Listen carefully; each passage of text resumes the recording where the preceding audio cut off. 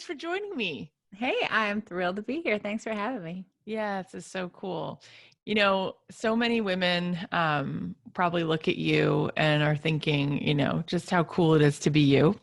You do so many great things. You're coaching women, you're helping people grow a business that feels fulfilling and exciting. You've written books, you have an awesome podcast. But I don't know that everybody understands the story of like where you started. And I think it just gives you even more credibility because you are not a trust fund baby and you built this one brave step at a time. So can you take us back and tell us a little bit about how you even came to be doing all of this work? Sure. Way back in 2006, I had an idea to write a book, but I was just like a lot of people do. I was walking through a bookstore and I thought I should write a book. So I went home to my dial-up Wi-Fi and I said, "How do you get a book deal?" And the Yeah. answer was, well, you have to be famous, infamous, or well-connected. I wasn't any of those things, right? Whoa. But then the Uh-oh. next Google search result was, if you start a blog, you can prove that people care about what you have to say. So you can get around it. So I was like, okay, I don't know what a blog is, but I'm going to start one. So I blogged for a couple of years. And then right as the economy was going downhill because of real estate and the housing market, my husband lost his job. I was a stay-home mom to 5 kids. We had our youngest was about 4 weeks old, 5 boys, youngest 4 weeks old. I can't.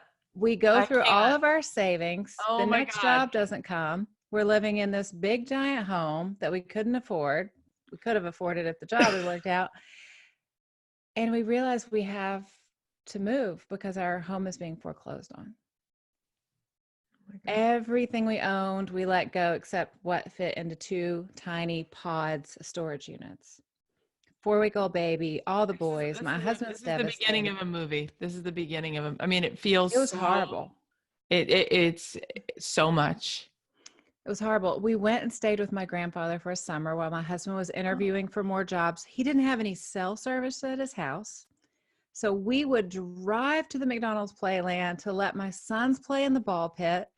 I would buy like French fries and ice cream cones so we wouldn't get kicked out. So my husband would use the Wi-Fi to apply for jobs, and I would use the Wi-Fi to Google, how do you make money on the internet? Because I knew he would get another job, but I Oh knew my you can't God. depend on a Alli, job, this is right? insane. You can't depend on it. So I was like, whatever happens in the future, I'm going to figure out how to make money so we don't ever lose everything again. And I had this laptop. It had missing keys. I would have to press certain letters really hard to go through. And I just Googled and Googled and Googled and Googled how to make money, how to start a business, how do you do it? And I fell in love with the fact that the internet opens up doors of opportunity for women that our mother's generation, our grandmother's generation couldn't have even imagined. And I was like, oh, there is nothing stopping me now. I'm going for it. So my husband finally gets another job.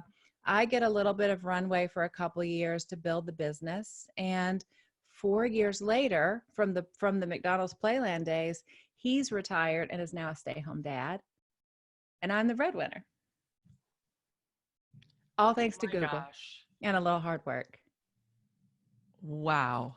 I mean, guys, we're all listening to this thinking the same thing, right? It sounds like a Herculean event, like that you were able to not only get resourceful and scrappy and start to do stuff, but just to have the emotional wherewithal to persevere through that and be able to breathe, in and out and take care of your kids and settle your husband and then like push forward. And then the fact that like you were so successful at it, where does that fight in you come from? And where does that ability to keep your head above water come from? I think at the time it was, I have to make sure everyone's okay. I'm a mom and these kids are depending on me, and I'll figure out how I feel about it later. I'm an Enneagram 7, if anyone knows Enneagram. So I'm happy just to keep pushing forward and I'll deal with my feelings later. As soon as we got to a place where we were stable, I immediately put myself in counseling because I was like, whatever trauma I Yeah. have been through in the past 2 years, I need to deal with it so it doesn't come out in an unhealthy way. Still am in counseling. I believe everybody should be in therapy in one way or another. I agree with that. It's just like, that's the biggest investment that we can make on ourselves. Um, but just, it was one of those pull up yourself by your bootstraps and figure out how to get it Wow. done. So literally everything doesn't fall apart for the family. Amazing. I mean, it really, I don't even think the word amazing does it justice.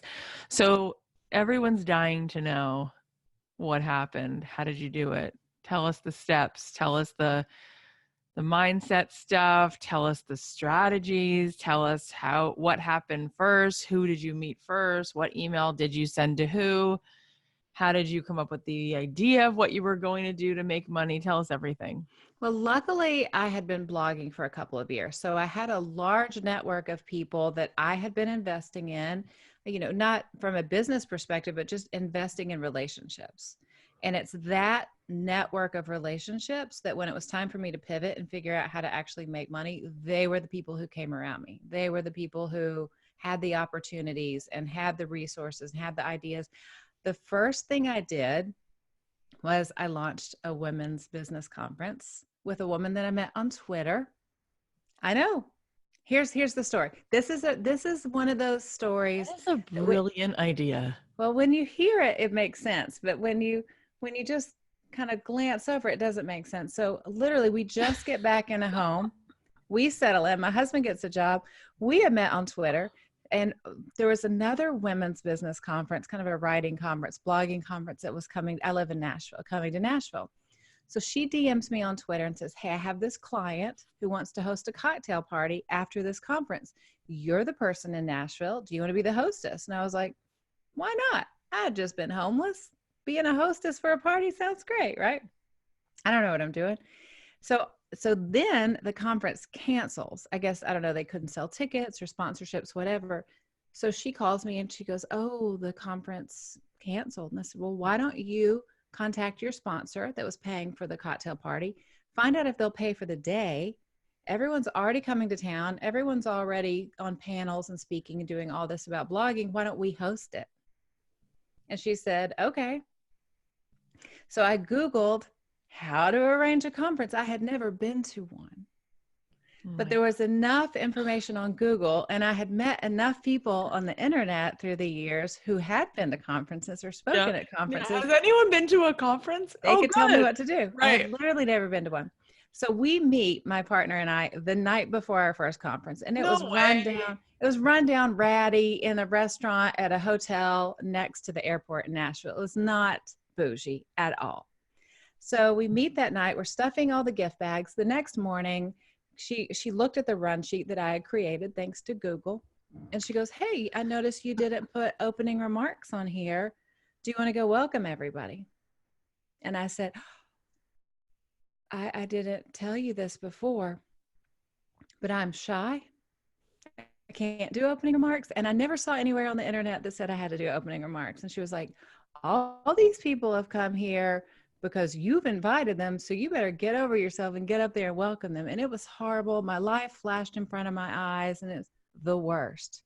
So didn't make any money the first year, didn't make any money the second year, made a ton of money that third year.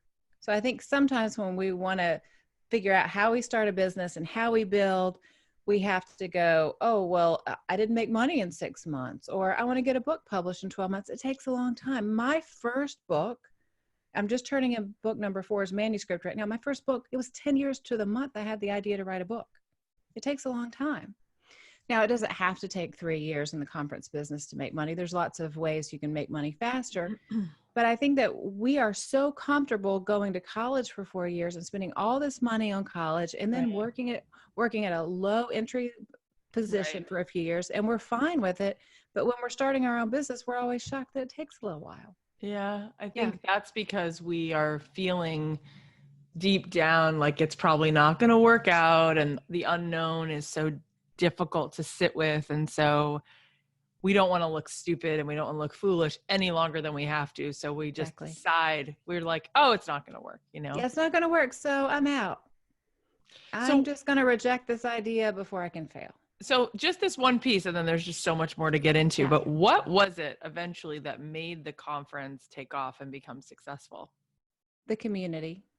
And what does that mean? Explain like how you guys figured out how to dial in the community element so it finally started to be really, really successful Yeah. and thriving. The first 2 years we kept it purposefully small because we wanted to protect the culture. We said that no one could be a jerk and no one could cry in the bathroom. We were Mm, going to talk business, but we didn't want any divas coming, and we wanted to create a culture that was open and affirming enough that everybody felt welcome. So we were willing the first couple of years to keep it small and keep it pretty close knit. So as it scaled and grew in the future, we could control that culture. One thing we did in year 3 is we created community leaders. So we would give people free passes to come to the conference, train them to make sure that they could cast vision for culture and share the culture of the event when people came in, so we could scale to larger numbers. wow, this is really, really cool what you're saying. This is really, really important. Yeah, I think because what we're finding more and more is that what helps people get results in a course, what helps people get what they're looking for in a product, in an experience, is the connectivity of it. And they want to feel that someone sees them and they are rooted in something bigger than themselves. Right. And however we can all do that and show up in our business that way, it translates also then to a conference experience. And yeah, it really comes down to making people feel seen, doesn't it?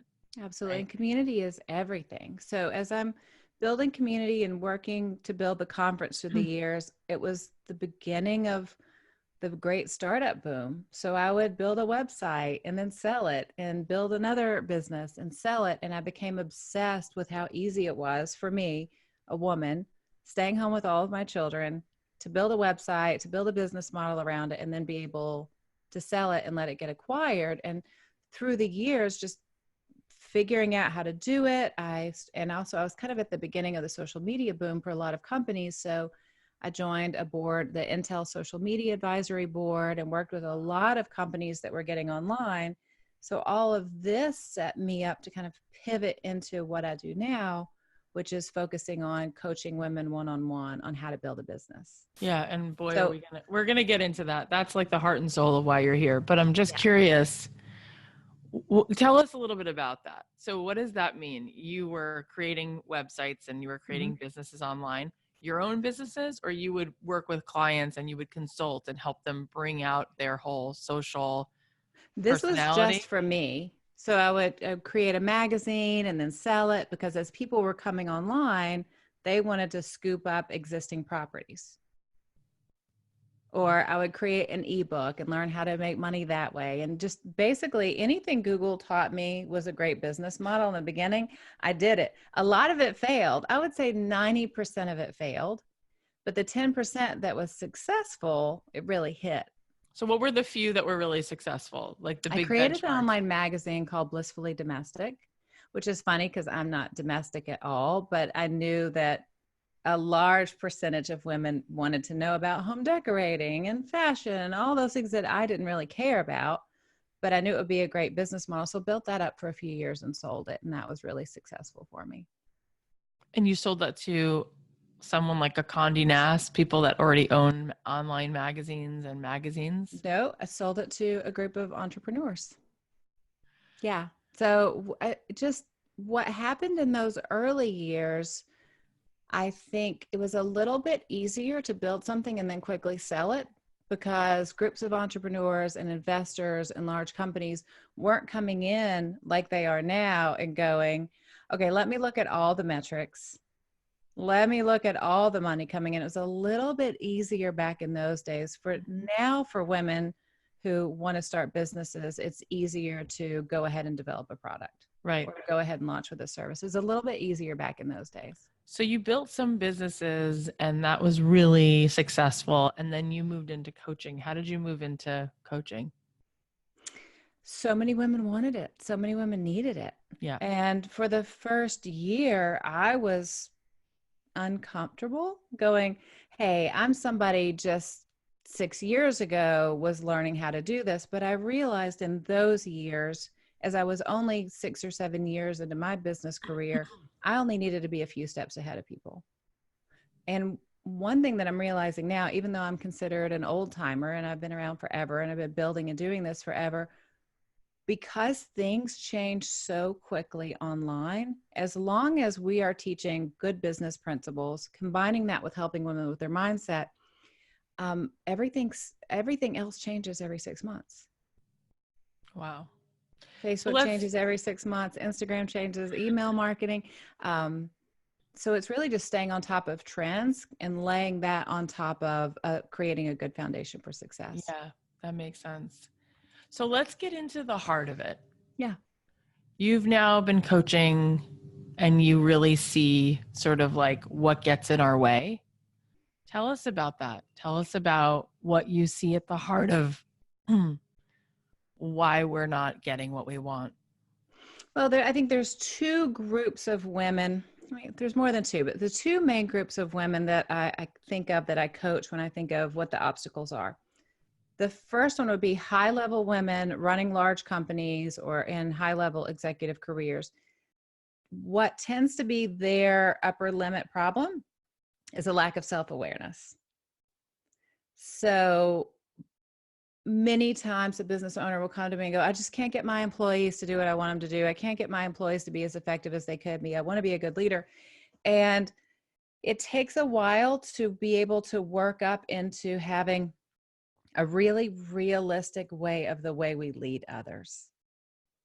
And that takes a lot of coaching, because normally if we're seeing the same patterns of behavior out of our team or our employees, we need to come down to ourselves and go, okay, how am I communicating? How am I interacting with these people? And then once we change how we're communicating and we're interacting and we're holding ourselves back, or maybe we're being a little too aggressive or not clear enough, that's when everything with employees start to change. That's for that type of woman. For women who are going from the corporate world to start their own business or in their first few years of starting their business, 100% what holds us all back is, can this really work? Right. Can I do this? Am I cut out for this? I don't know what I'm doing. And it's like you mentioned earlier, am I going to look foolish? And we have now, in the past few years, a glut of hype for women to go out and start their business. We have whole conferences devoted to hyping women up and getting them excited. And yeah, you can do it and you can do whatever you want to do, but without giving the same women tools and steps. And if you want to do this, 1, 2, 3. If you want to do this, 1, 2, 3. And I could get a little ranty about it, and I'm going to pull myself back in. But I think that ends up hurting women, because we have right now this hype machine to go be a boss babe and be a boss lady, but without giving women foundational business principles and taking them every step of the way, helping them get over the mindset issues and the obstacles. And what happens is women have been hyped up, but then when they don't have the foundation to build their business where they want it to go, they end up not being as successful as they want to, and not blaming the accurate assessment that they didn't get the tools that they needed, but blaming themselves as if something was wrong with them. Yeah. It's so true. And I love that you just laid it out that way, because I've been to those conferences over the years and I know what it feels like to leave and you're all pumped up and you feel like 20 feet tall. And then about 3.5 days later, you wake up and go, oh crap. Mm-hmm. Or you I may don't, not know. I had a yeah. client call yesterday with someone that went to this big, great hype conference. And I said, okay, I want you to give me just three, what 3 things you've taken away from it to help you in your business. She goes, consistency and not giving up and an early morning routine. And I was like, you just said this conference was life-changing. Let's go through it. There has to be something that was picked up that's an actionable takeaway, because if we get filled up on hype but we don't have step-by-step Oh God. action items, right, we're nothing. Yeah. Yeah. Yeah. Yeah. That's it. Yeah. Yeah. And a lot of times what I've seen is that a lot of people who've made a living doing that Mm-hmm. have made a living doing that. Like they didn't necessarily go build a business separate from being a hype machine. You know what I mean? And I'm not saying they can't be 100%. effective. Like Yeah. Tony Robbins is a really powerful orator. Like when he speaks, it's like a performance. It's amazing. It's like a spectacle. But he's made a living doing that, speaking to people and pumping them up, right? Yep. So now, is he successful at it? Oh yeah. I mean, it's like the Cirque du Soleil of, speakers. It's like a 3-ring circus. It's unbelievable. It's a concert, right? But when you go back and you're like, wait, what are the things I'm supposed to do now? And I'm not trying to throw him under the bus because I think he has a definitely big place in the world. That wasn't my point. But I do feel like that is a big problem. And then what happens that I see is people just keep paying to go back to those conferences to get that rush. And then they're still scratching their head. What am I supposed to do first? And so what I do try to do is bring human beings on like yourself and to go through it in my book and say like, okay, I don't want to overwhelm you because there's a lot. We could really drill down into each one of these steps for months and months, but here are a few important steps, like validating your offer, doing outreach, how you do outreach, testing of things and building that runway and really doing it through empathy and knowing that you have to serve a person and making sure that they are part of this process with you so that you're not just building something alone in a cave, but you're building it with the person that you serve. So I would like you to help give us your perspective because you are such a fountain of knowledge. What are some of those few takeaways and few steps that you think are absolutely primary? Okay, the most important and the one that everyone says it sucks to do it and they don't want to do it, so people don't do it, is validate your idea, like you just talked about. I feel so good Nobody about wants to myself validate right your now. idea. Thank you. Nobody wants to do it because we get excited about our idea and we're like, this is the most brilliant, amazing idea ever. I'm going to start a business where I go to zoos and paint elephant toenails. Well, that's great, but is there a market for people to personally pedicure an elephant's toe? Maybe not. Let's test it. Maybe not. Maybe not. Just say it. I mean, all of our ideas, if we could just get some data on it, it would change our life. Like I mentioned before, I'm just turning in book number 4. You better believe that we went through 6 months of testing to get a book title.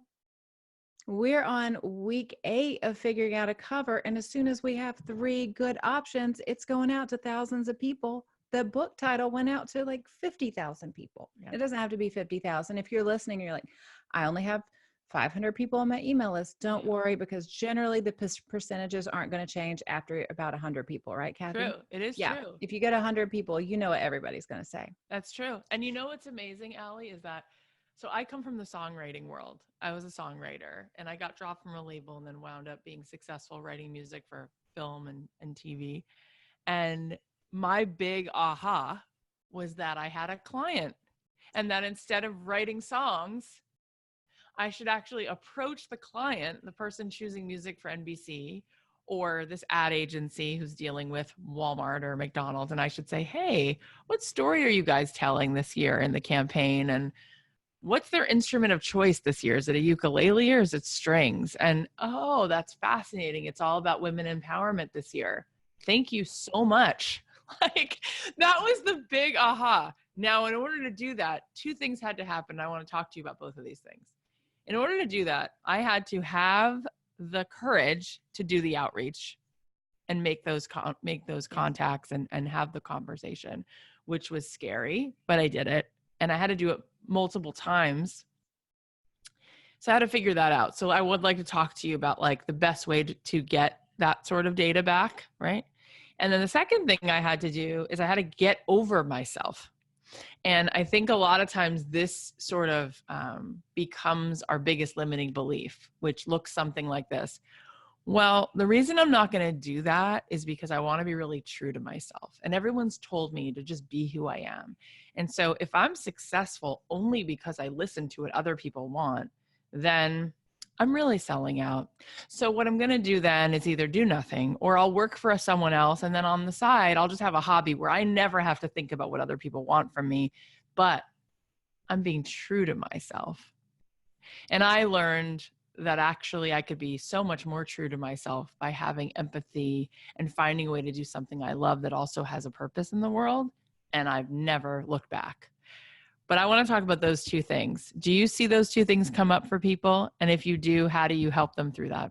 Every day, Yeah. every day. Yeah. The first one, being afraid to get feedback, is huge. One thing I will work with clients on is if they, like, I had this one client who basically lived out in the middle of nowhere, and she wanted to create a dog grooming, like a really fancy one, grooming and kennel, and loves dogs. And I said, well, here's what I want you to do. I want you to call 10 owners Yeah. of facilities just like this and just have a conversation with them. I And she's like, guarantee no they'll way. they'll like to talk to you. Yeah. Just call them, say, hey, what do you love about it? What do you wish you knew? Just have a conversation. She got done. She was like, that would have been terrible, because she hadn't gotten feedback on it. Now, sometimes people will want to start a business and I'll give them that job. Just call people and talk to them. They'll go, this is great. I know what pitfalls to avoid. I know what to do first. Little things like that make all the difference. If you have an email list, is amazing because people will tell you what they want and what they don't want. Clients come to me all the time and go, I think I'm going to create this course next year. I think I'm going to create this product. And I say, great. Email your list and ask people if they're interested in it and if they would pay for it. They go, why would I do that? Why would I do that? I'm like, because you need to Because it's know. everything. Yeah. So it's as simple as picking up the phone and calling people who are doing what you want to do, because generally people like to talk about it. And there's always a worry. Well, what if I call an owner of a business who's in my same field? We'll call somebody in a different state. Yeah. It'll be fine. People like to talk. People at their heart are generally good and friendly. And if you want to have a conversation with people, people will make time. So that's good. Email's good. And then I have also used online services to get data. There's a website called PICFU, PICKFU, which is a funny title. But you can pay, I think, $50 and get 50 people, random people. It can be all women. It can be a mixture of people from different No demographics. way. That is so valuable. And I'll just do like titles or subtitles or all sorts of things I use PickFu for. Yeah, really handy. So that's the getting data part. And the second part, what was the second part? I can't remember. I was so excited about data. Well, I love the data part, and I really could, I want to go into it a little bit more because we could splinter that off into a few really important facets. But the second part was how people sometimes struggle with taking in the data. Like they don't necessarily want to feel like they're making something that you want because they want to be an artist or they want to use their idea and do the app that they wanted, or they feel all of a sudden like they're going to be invisible because you're now telling them to just be like a puppet. And that feels slave like to the man. Yeah. And it feels like a big barrier to entry for a lot of folks. Yeah, it makes sense. And if people are into the Enneagram, that's a big Enneagram 4 thing, because the 4s are individualists and they're the artists. My favorite writers in the world are 4s because they're so deep and everything's so stunning and so beautiful. I will often help people with this just by sharing my experiences. So for my first book, it's called Breaking Busy. And it's all about a good title. Oh, thank you. And you know what? I hated the title. And we pulled data and we sent it out to thousands of people. And like 60% of people said, that's amazing. And I was like, that's my title. I never would have picked it in a million years. Yeah. And I wanted to write a book about women's identity and worth and how we hold ourselves back. And halfway through the writing process, I was under contract. My agent at the publishing house, or my editor at the publishing house, said, it's pretty boring and it doesn't have a good hook. And we're going to have to give this book a hook or nobody's going to read it. Yeah. And so that was the moment for me. I could either go, oh, this is my vision and I don't think you understand me. Or I could go, do I care if anyone actually reads this and do I want to help them? And because I know so much about productivity and busyness, I worked in everything that I wanted to say about identity and self-worth but I worked it under the big umbrella of busyness and productivity and making sure that we're not driving ourselves crazy. So I still got my message out there. I just had to I had to put the broccoli inside of a cake. Oh my God. I always say it's like zucchini muffins. I love Yes. you. Oh my God. I feel like it's like twin flame. I love this. This is so good. It's so good. And what you just said, do I really care if people actually read this? And do I really want to help? One of my best friends in the world is a terrific writer, terrific writer. And she had a dream to write. She started her blog, I think, in 2005 with the purpose of getting a book deal. And she won't see this, so and she wouldn't be upset for me telling the story. I'm not going to tell you what her name is. Yeah, we don't know. But she still hasn't written that book because she's afraid that if she gets the book deal, people will give too much input and too much direction as to how she creates her art. But it's been 14 years since she decided she was going to write it. And so sometimes we have to go, do we want to do this? Because if we are going to do this and we're going to share it with the world, we are going to have to make it accessible for the world to want it. Yeah. And it's not going to be perfect. And a lot of times it'll be even better. But I think some of it comes down to humility. I know I've talked a lot about writing, but for me as a creative, this is the best example I can give. When I was first pitching with my agent to get the first book deal, we had 5 different houses say, she's great. We want to work with her. Let's go. And this one house, this one editor said, she's okay. She's a good teacher. She's not a good storyteller. I've reworked her book proposal to make it a stronger book. And I think we could get her a coach to teach her how to tell stories. Yeah. And my agent told me this, and I said, oh, I don't think they understand my vision. I don't think they understand me. I said, go back to the other houses and see if there's if the other houses say I need work, I need help.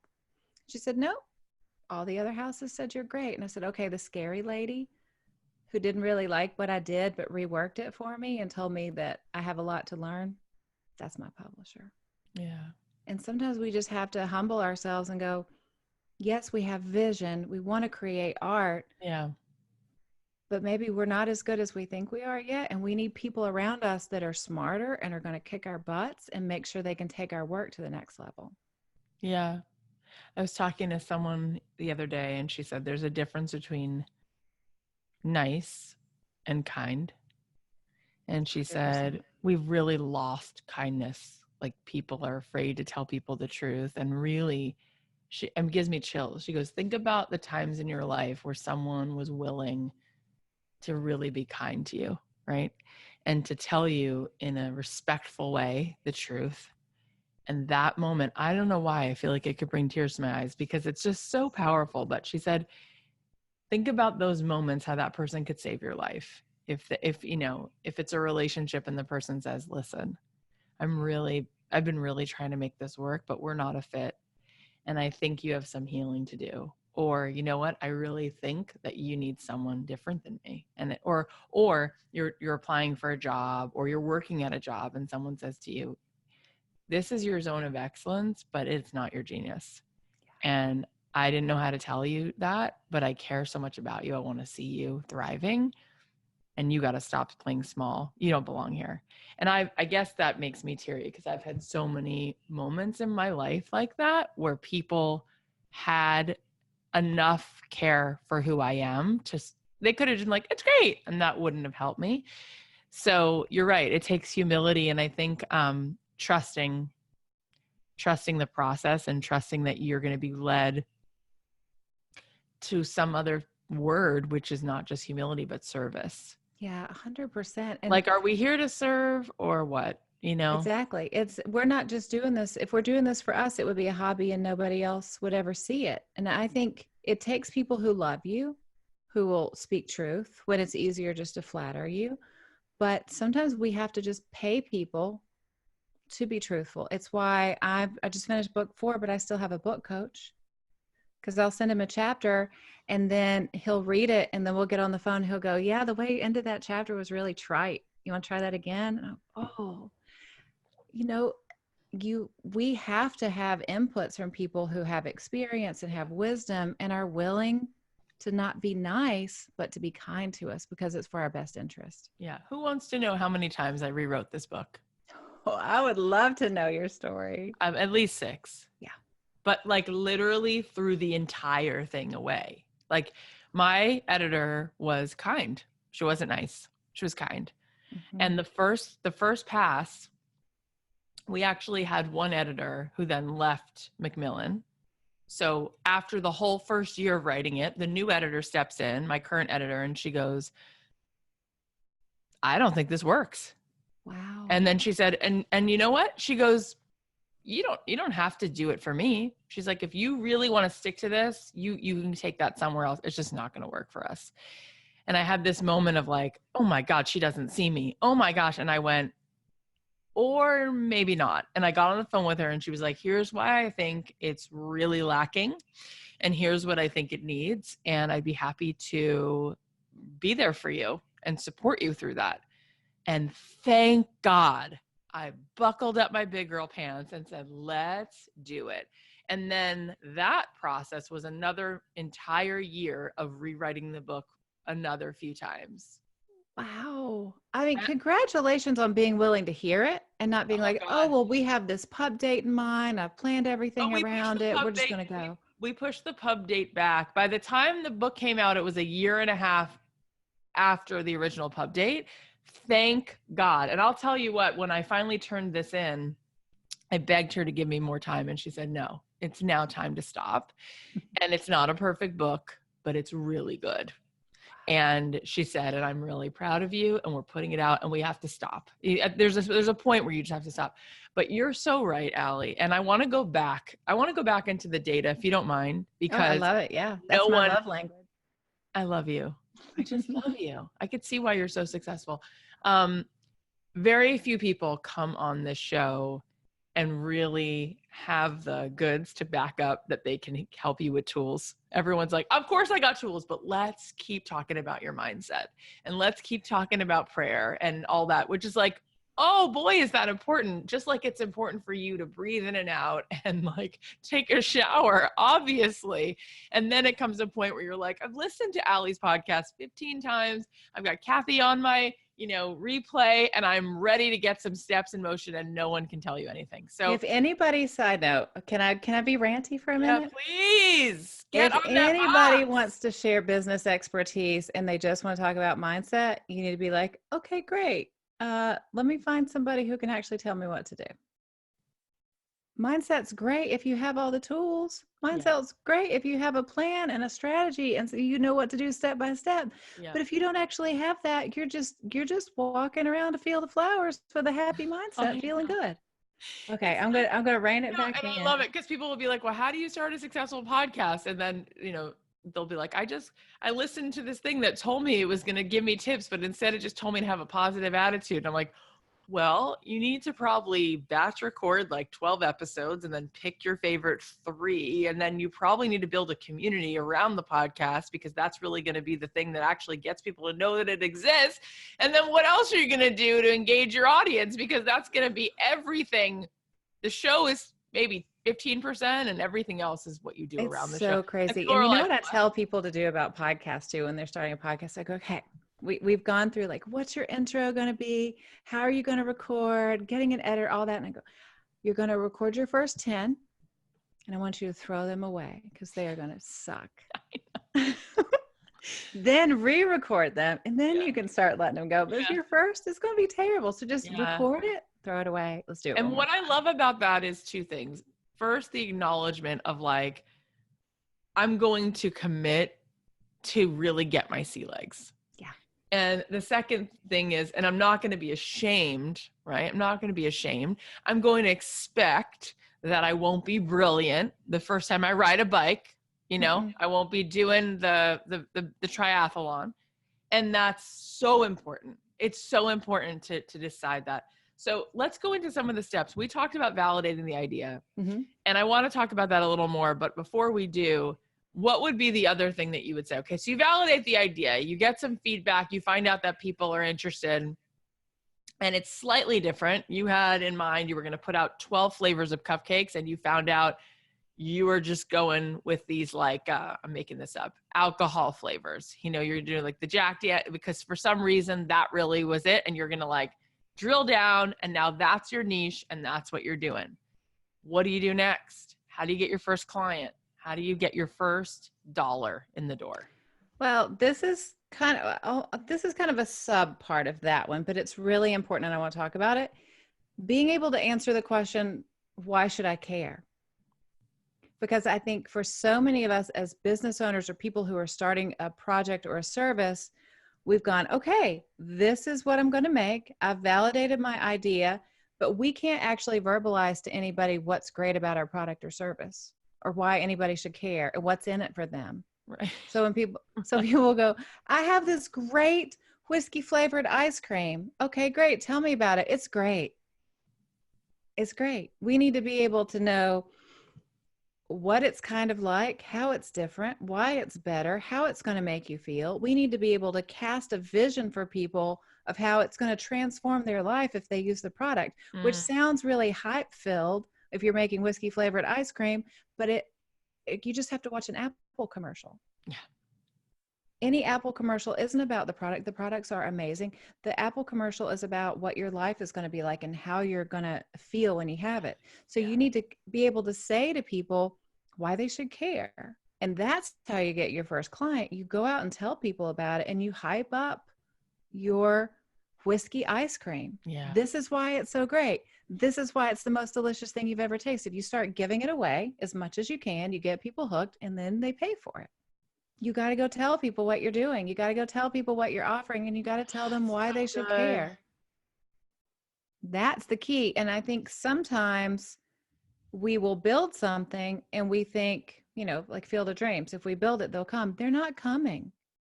You got to go door to door and talk to people. You got to call people on the phone and tell them what you have. You got to do Facebook ads. You got to do free things. You got to give so much away at the beginning for the hope that someone will hire you in the future. I mean, that's how I started my coaching business beyond all the people that came to me. So I served all the people that came to me and I knew it was time to scale it.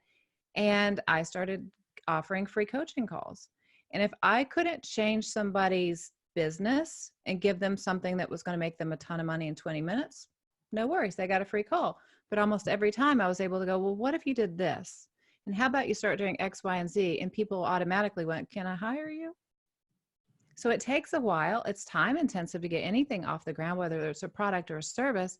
But our job, once we've collected the data, once we've tested it, once we've been able to cast a story and a vision around it, is to just buckle down and start telling people what we have and why they should care, why it matters to them. And it's so simple. It's like, tell people about it. I know. And I think that I really do. I know this to be true, that's been my advantage. That's my trump card, is that I'm willing to do that outreach, right? Which then gets me data really much faster, right? And a lot of people will spend the time like noodling around on their about page on their website for the next 6 weeks, but they will not make that first phone call to tell anybody. And then sometimes you can convince them to go get data, but then even when they know they have something great, what then comes up is, who am I to now charge someone for this? Oh God, I feel like I'm going to throw up.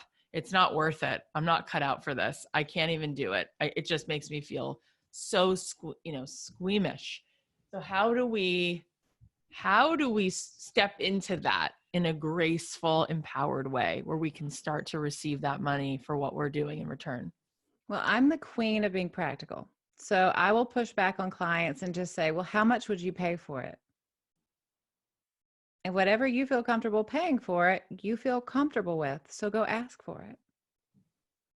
And when you don't have, especially if it's a service, when you've billed this much for your service and you don't have any more time yet left, then start raising your prices and go step by step by step. Yeah. Also, I could go on a rant about all these people trying to help people create luxury brands. Let me show you how to attract your luxury person. So you can have 2 clients who pay you Yeah, let's $10,000 talk a about month. that. If you have It a makes rant me about that, I want to crazy. hear. Okay, so why do you have such a strong opinion about that? Because what happens is the average person with no business acumen Mm-hmm. comes into a course and goes, I'm going to learn how to have a luxury brand. And I'm going to serve 2 people a year and charge tens of thousands of dollars. And it's going to be amazing. Right. That makes me crazy because so much goes into having a luxury brand to be able to charge top prices. Nobody who is working part-time at Hobby Lobby can just step into it, even if you buy a $2,000 course. That makes me crazy. It's hard to do a luxury brand. It can be done, but generally you have to work up to it and you have to kind of go through a few years of having an affordable brand and then work up to it. I think it's a great business model for the person that owns the look how to have a luxury brand course because they're making bank off of it. Mm-hmm. But for the average person, if I had come out of the gate in 2008 and been like, okay, I bought a course on how to have a luxury brand and I was working on a laptop with broken keys. I had to work up to it. That kind of makes me crazy. I agree with you. And it's a little gross how much that's being sold. Mm-hmm. I don't like it. And Um, what makes me really angry is I mentioned it a little bit before. The people that take the courses, they don't realize, oh, this was just fluff. I wasn't prepared. I wasn't given a foundational wisdom in business, and they blame themselves and they think that they failed and they think that they yeah. aren't good enough when they were never equipped to begin with. Yeah. There's definitely a very big part of the business world that says so much better for you to sell high ticket offers than it is for you to sell something that's less. But I think what you're saying is baked in. Like if you're going to sell a high ticket offer, energetically and literally, you need to feel like you can deliver, right? So if you're going to charge somebody $25,000 for 3 months of coaching, you're probably going to have an absolute certainty about the results that you can give, or else Mm-hmm. you're never going to get those words out and it's going to Yeah. not feel right. And the first time you go to do it, then you wouldn't necessarily be able to deliver. So then you And it's go, going to be just really hard to get that client in the first place. right. Really, really So hard because what happens is people go, okay, I followed all the directions and I have a luxury brand website and I'm just waiting to attract my luxury client to come, and they don't come, and women are hard on themselves instead of realizing they weren't properly equipped for this. yeah. So let's talk about what we need to be equipped for that. Would you say it's experience? Would you say it's a certain kind of sort of threshold of having gotten results for a certain amount of time for other people with this thing? Like what Oh, would you say? absolutely. I would do years and years of relatively affordable coaching. I mean, when I first started coaching, because people were coming to me, I charged quite a bit for my coaching. And then I decided that it wouldn't be easier for me, but it would be easier for all the women if I decided that I was going to be an affordable coach and work with a large number of women. Because for me, it's not a moral issue, and I don't want to make it a moral issue, but I felt really called to make sure that I served as many people as I could. When it would have been, there's nothing wrong with having a luxury brand and just Yeah. serving 3 people. Yeah. But I wanted to make sure I was helping as many people as I could. But to move into that place where you are charging $25,000 for a year, you're doing a mastermind with 10 people for a year, you need a good 5 or 6 years under your belt of being relatively affordable or mid-range price Right. point, and then making sure that you get results for everyone. Yeah, that's true. It's really, Because really true. it's not only that you may not be able to get them results once you get them in, you're just not going to have the experience to get them in to begin with, and then you're going to think that you're not good enough. It's not that you're not good enough, you just haven't had the experience under your belt. Right. Right. And now let's talk about the opposite extreme that I see even more often, which is people charging way too little for Right. whatever it is they're doing, whether they're Yeah. doing professional organizing for people's homes, or they're helping people with, setting up for baby, a pediatrician who's now offering a mommy and me. I mean, I know so many different people doing a million different things, and they feel this feeling in like a lump in their throat when they go to charge.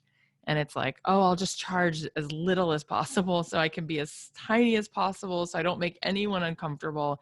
And clearly that's also not you. Yeah. Oh, 100% no. Yeah. And like I mentioned earlier, I believe the easiest way to get over that obstacle, that kind of mental block, is charge what you feel comfortable with at first. When you don't have any more time, raise your prices by 25%. Fill up that amount of time that you can work with people. Raise your prices by another 25%. And eventually you're going to hit that kind of luxury level, and you're going to charge what you're worth, but you work up to it, and you will look back in a couple of years and go, I can't believe that I ever did that for X amount. But if you do it bit by bit where you feel comfortable, it allows you to kind of earn your stripes, get a ton of experience, and raise your prices in a way that you feel comfortable with. Yeah. Because people can tell when you don't feel comfortable on the phone. Oh yeah. I mean, and that's where it all lives. It's that like energy exchange, Mm-hmm. you can just kind of hear when someone's not apologizing, and it makes you feel more confident. Like, oh, this person's really sure of what they're going to be able to do for me. And I really want that result. So if I Exactly. want that result, that's what it costs. And they're letting me know that they're going to give it to me. So that has to do with really having that certainty, right? And that's really what it all is about. Mm-hmm. Real quick, as we're sort of summing up, I could talk to you for hours. I love talking to you. Tell us about your podcast, and tell us about your newest book, where we can find you, and what do you really feel like you're wanting to share with this podcast? And then let's talk about the book in a second. Sure, sure. My show is the Alli Worthington Show, and I interview people for about 30 minutes, and then I do coaching time at the end. So I people will love send in that. questions. Oh, thank you. And it just allows me, again, I think my purpose, my calling in this season of life is to help as many women as I can. So I take in questions, find the questions that I think a lot of women are dealing with, and then just coach people through it for the rest of the show. That's awesome. Yeah. And then I've done 3 books: Fierce Faith, Breaking Busy, and The Year of Living Happy. The next one, I haven't announced it yet, but I will announce the title to y'all. It's called Standing Strong, and Beautiful. it's a woman's guide to overcoming self-doubt and living with confidence. And it comes out September 2020. So Awesome. That's forever so from now. well, But yeah, no, but that's really, really exciting. Tell us one thing real fast, since we did such good work on sort of some of the practical things to start to think about in building the business itself. What's one thing that helps us overcome our self-doubt? ooh, that's a really good one. Focusing in on how what you're doing, whether it's a product or a service, on how what you're doing will change someone's life for the better. If we focus in on how we serve people, whether it's, like you mentioned earlier, a fitness trainer or a writer or a speaker, or you have a product and you're selling beautiful clothing or jewelry, whatever it is, if you focus in on how you're going to transform someone's life, maybe you're just making women feel more beautiful or healthy or building their businesses. If you focus in on that person and how they have a problem that you can solve, they have something in their life that you can make better, then it helps us to get over ourselves, because we're focused on the result that we bring people, Yeah. not just that we want to do something or feel called to do Yeah. something. We know that we're going to help someone. I think that makes a lot of sense. Put the emphasis on like the service. But I think what also happens is that people don't have clarity really deep down that they're going to be able to do it. Like even when Yeah. people are legitimately great at things, they'll say, I don't know. I mean, I felt the same way. Who am I to start a podcast? Who am I to write a book? And I kind of had to push through that. So what do you say when they're coming up against that? Like, well, I guess I don't know. I guess I don't feel like what I have to do is so great or so brilliant. And everyone said to them, no, it's amazing. And that's why you're in this moment. And no, I don't really feel like I'm that great. Okay. Again, super practical. You will fail if you take yourself out of the game. All you got to do to get over the feelings that you're not good enough or you're not smart enough or you're not going to be successful is every day take a step and keep going. Because in this game, in the business world, in the creative world, as long as every day you keep taking steps to get to where you want to go and you invest in yourself and you learn and you hone your craft and your skills and you keep telling people what you have to offer, you're going to be successful. The only way you're guaranteed not to be successful and not to reach your dreams is if you take yourself out of the running. And that's what women do every day. We take ourselves out of the game before we ever get a chance to play because of insecurity. Yeah. So if we go every day, I'm just going to wake up and take another step toward where I want to go, we're going to be successful. I love it. Tell us where we can find you. I am Alli Worthington, ALLI, all over the internet. Awesome. You're so great, Alli. I wish you continued success and all that good stuff. You deserve it. Well, thank you, friend. Same to you. You are killing it. Well done. Thank you. So sweet.